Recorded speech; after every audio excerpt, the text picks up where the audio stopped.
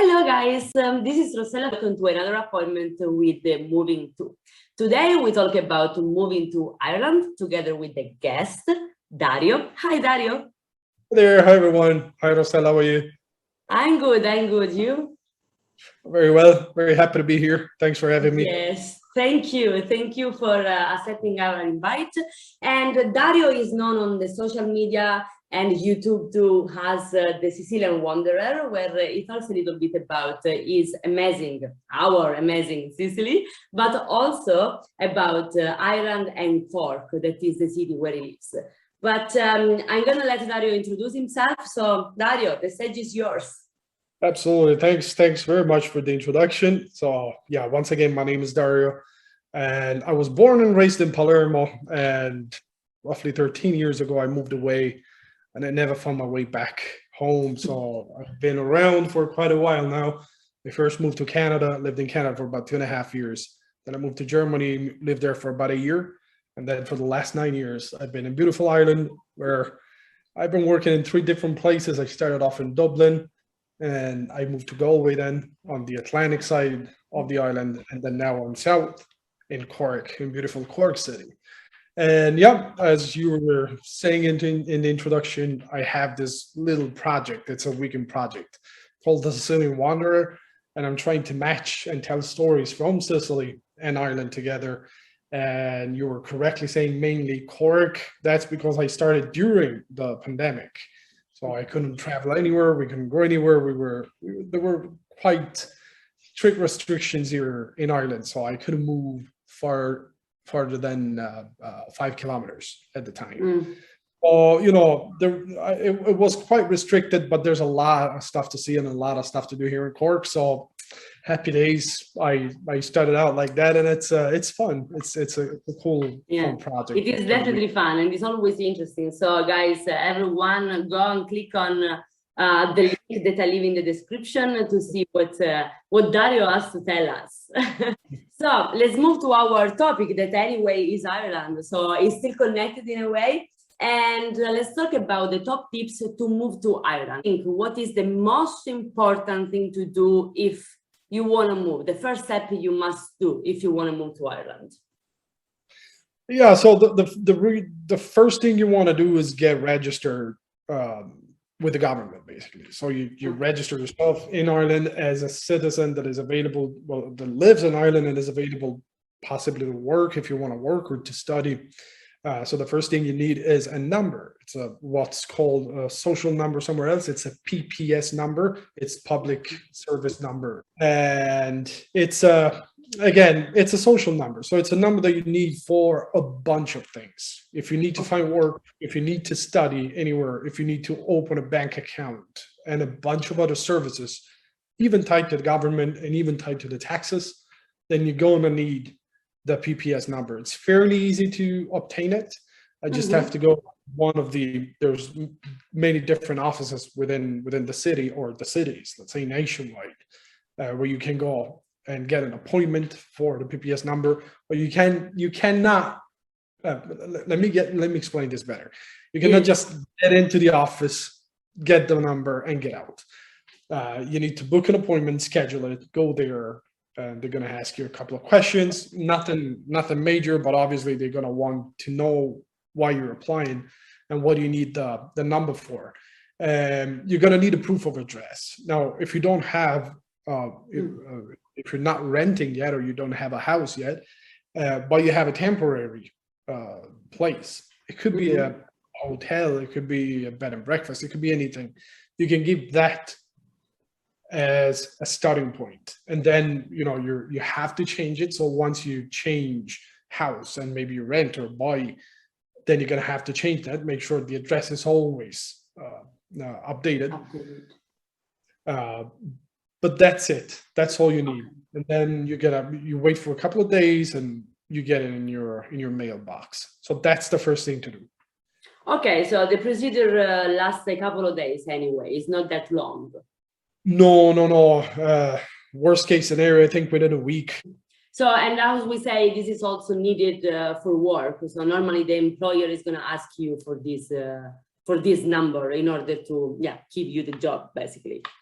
Oh, you need to have it. You won't find any job without the PPS number. You have it done, you can open the bank account, which is another crucial thing that you need to have here in Ireland. You need to have I'm not really sure if I'm saying the right thing here. That's my experience again, right? My experience, I've always been asked for a national bank account, so an Irish account to get paid. I think there are exceptions. I think there are ways, if it matches certain criteria, you might be able to use that one. I personally never used any foreign, let's say, accounts. I always use my Irish one, and I find it easier. That's just it. The procedure is the same. You get the PPS number, and you go to a bank. You ask for an appointment. Once you get there, you need your PPS number again, a proof of address, like before, so somewhere that states where you live. And the procedure is pretty straightforward too. It's quite easy. I remember, I was living in Irlanda, and I left for about a year, and then I came back and I reopened my bank account, and they had all my details already, so I was able to do it there at the till directly. It's fairly straightforward. Like that's the cool thing about the Irish people. If they can help you, they will help you. It's fantastic. Living here is fantastic, mainly because of the people, which I absolutely adore. Okay, well, this is very important to know. I mean, I guess that that people around are nice, that procedures are fast, and that you can get help if you need is always important for expats, definitely. Yeah, 100%. Does any of these procedures have a cost? Like, for example, for the bank account? So the PPS number is free. The bank account is free if you get a debit card. So it's you can go and open the account, and that's fine. The next step would be applying for a credit card, but chances are, if you're a first mover and you're moving to a country for the first time, you're not going to need a credit card, right? So, one other cool thing that I might mention here is that with the PPS number, and once you have an employer and you have a job, then you get access to something called Myaccount, which is a revenue website. So there's the main body, revenue.ie, where you manage all your taxes, your income taxes, your pensions, any credit, any bonuses that you get. So you actually get access to this website where you can directly yourself manage your taxes, get your tax credit certificates, do inquiries, ask for things. So you can go and ask the government for things. And I find this to be probably one of the best services that they have here. It's fast, and it's very precise. So you can get exactly the type of answer you need in a matter of probably a week and a half sometimes. So you have a direct line, a direct contact with the government when it comes to this. For example, my wife wasn't working for a period of time, and there's a bonus that you get here in Ireland. It's called the home care. So for people that stay home and have no income, the other one, that your partner, for example, they do have an income. You can get this money. It's money. It's 100 and something per month on top of what you earn already, because you're staying home and you're of the house. So that's, there's a bunch of these things. There's different things. Obviously, you get child benefit if you have kids. Yes. So that's what's on top of that. Home care. Then you can get tax bonuses for some of the things if you're eligible or not. So there's a few things that you can add up. And you can put it up nicely to them. And the guys at Myaccount, the guys at the revenue, they will help you. So that's a very cool thing about this place. Yeah. I'm gonna make sure that I'm gonna add the link in the description of the video so people can have a look, and together with the other links with the official websites, because of course everything that we are saying today is based on Dario experience. Dario, let's go to the next point that is always a little bit tricky: health insurance. How does it work, health insurance in Ireland? Okay, so there's different ways to make it work. I'm thinking of 3 on top of my head right now. There's probably more, so in the links that you're going to publish, people get a better idea there. But normally there's a way of, let's say, getting medical insurance and medical assistance related to that through your employer. So, for example, my employer pays for most of my medical insurance directly from the payslip. So I have a plan, and I have a my medical card and everything, and I don't get to pay a lot of money because it's part of the bonuses that I have at work. That's not the case for all employers. So some employers do, others don't. I'm very lucky to have it. The other thing is you can go full private, so you can just pay from your pocket, and the cost is, I consider it to be quite high, probably because of where I'm from. I'm from Italy, where it's completely free. So it's the thought of having to pay for medical insurance and services within an hospital, it's foreign to me. It's not something that I've ever experienced. Yeah. Having to pay slightly over €2,000 a year for the medical insurance sounds like a lot. The third way is, if you don't generate a certain amount of income, then you can apply for a medical card. So the government will pay, let's say, for your expenses, and you get issued a medical card to your house, and you're covered by that. So these are the 3 ways. I'm lucky enough because I never really had any emergencies or anything big happening to me in this. So, for example, I've never been inside a hospital. I've never been there for over, let's say, a couple of hours. So very, very, very, very lucky. Yeah. Anyway, let's say that there are 3 main solutions for the health insurance. Probably there are some others, again, on the situation, but these 3 are the most common. So all your employees pay mainly the big part, let's say, of the insurance, or you can pay privately more or less 2,000 per year, or depending on your work situation, your income, you can get it from the government. So anyway, it's something that you have the right to have, so you will be covered. Anyway, you will be covered. I think the other thing that I found quite odd at the very beginning, and it makes sense now, is that if you go to, if you have an emergency and you go to the emergency, you get charged €100 for using emergency services. And you're gonna get the bill home, so you're gonna have either you pay there or you can pay after. Again, that's something that at the very beginning I thought it was a bit weird, because in Italy, emergency rooms in Italy are full of people. I know. I have experienced the same shock when I came here in the Netherlands, because things work very similarly. So yeah, I was like, oh, really? Do I have to pay? And also on top, because it's an emergency. Okay. Kind of weird, but yeah, this is what happened. Yeah, it is weird. No, if you think about it, it kind of makes sense to me. You kind of drive off all the non-emergencies. So people that don't really have an emergency, and it's taken. Are you sure? Well, are you sure you want to give me €100? It's not. You think twice. Yeah.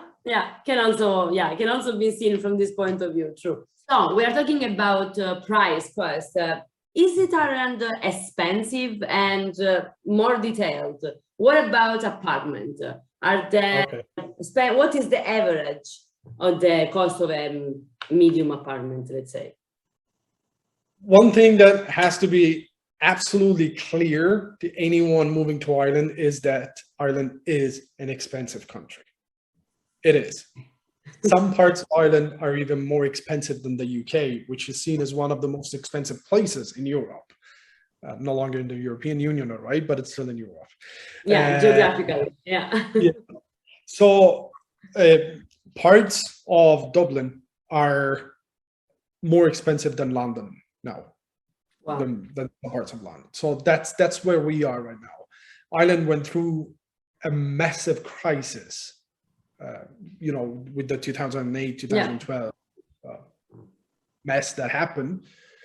And since then, they slowly went back up to now, which is probably one of the strongest economies in Europe. Definitely Ireland makes a lot of money as a nation, let's say. And life is expensive. I live in Cork. Cork is the second largest city in Ireland after Dublin. It's probably the second or third most expensive city in Ireland right now. The prices for buying a house are nuts, absolutely nuts, out of this world. In Dublin, especially, in Galway, they are rising like crazy. In Cork, they have risen 14%, I think, from last year, and no house was sold last year, basically during the pandemic. So that's probably the crucial, one of the main problems in this country is the shortage of houses for rent, and consequently the very high prices of renting and of buying a house. The average for like a 2-bedroom, so 2-bedroom and a bathroom, so nothing huge, let's say. Yeah. Right now is between 1,300 and 1,500 per month. In Cork, not Dublin. Just to give you an idea, we moved to Dublin. We were living and I was actually working in Dunleary, which is 20 minutes away by train south of Dublin. It's still in the Dublin Bay, but it's south. It's one of the most beautiful places in the world. Definitely one of the most beautiful places in Ireland. It was very expensive back then. We were renting something that was a little more than a studio for €975 per month. That was 2012. The same place now, it's 2,500. Yeah. So But this, I see a lot of similarities with the country where we both live. So yeah. So this is expensive. This is the most expensive part, and that together with the shortage of houses for rent, there isn't enough. There isn't enough. That's it. They're building now, and apparently the latest news is that taking into account whatever they're building, it won't be enough. So they need more. My God. It's I mean, not. if you move to if people decide to move to Ireland, maybe they have to really be careful where to go, how to check for an apartment, because probably it's not easy. It's the most difficult thing to do. Yes. Well, let me tell you this: if you guys will ever decide to move to Ireland, let me tell you this straight: this is probably one of the best decisions of your life, because this place is incredible. It's literally one of the most beautiful places we have on this planet. It's beautiful. The place is lovely. The people is lovely. But you have to be very patient with the houses. It takes a while. It takes a lot. It really takes a lot of time. So be patient, be prepared for that. Yeah, this is the most important thing, be prepared. And that's why we are doing also this appointment, to give some information in order people don't have like too many shocks. Dario, last thing, do you have any tip or trick regarding social life? Is it easy to start friendship over there? How Irish people are? You already said that they are nice, but do you really get in touch with them, or you had to work hard before starting a real relationship? Not really. There's no place on earth where socializing is easier than here. And not because it's not a matter of Irish people trusting too much or just being careless. It's just in the culture. The Irish pub, the real Irish pub, the Irish pub that you see here, not the ones you see abroad mainly, but what you see here is the social place. You get there, you get people from all ages, you get people from all over the world sitting down, having pints, most of the times together, starting discussions out of the blue, completely out of the blue. Maybe the guy comes to your table and you start talking, he hears an accent, and he wants to know because he's curious, and you start talking, and this thing goes on forever and ever and ever. The feeling and the atmosphere inside an Irish pub is unparalleled. It's one of the best things ever. If you match that with very good beer, because Irish beer is fantastic, and traditional Irish music, which is played live, still live in most of the pubs, especially downtown. This whole combination makes the perfect environment for making friends, having great nights out. Cork and Galway are, for example, two cities with a lot of students. There's two big universities here, so nightlife is crazy. Dublin feels like a metropolis sometimes. If you go to Temple Bar, which is the most famous, probably a bit touristic now, but it's definitely one of the most famous areas for nightlife in Dublin. It's packed. There's people everywhere, and it's like one massive party in the streets and inside the pubs. So come here if you want to have fun, because it's real fun. The other thing for people like me, which, I mean, as you can see from my beard, I'm getting old, and I've lost my hair, and I got 2 kids. So you see, I don't really go partying that much. All right. So nightlife is no longer for me right now. But it's beautiful because your weekends will never be boring, basically. There is so much to do all around Ireland. So many stunning places. Landscapes are fantastic. I mean, I'm lucky enough, I'm in County Cork, and I consider it to be the best county here in Ireland. You can do so many different things outside Cork City, which are just super beautiful.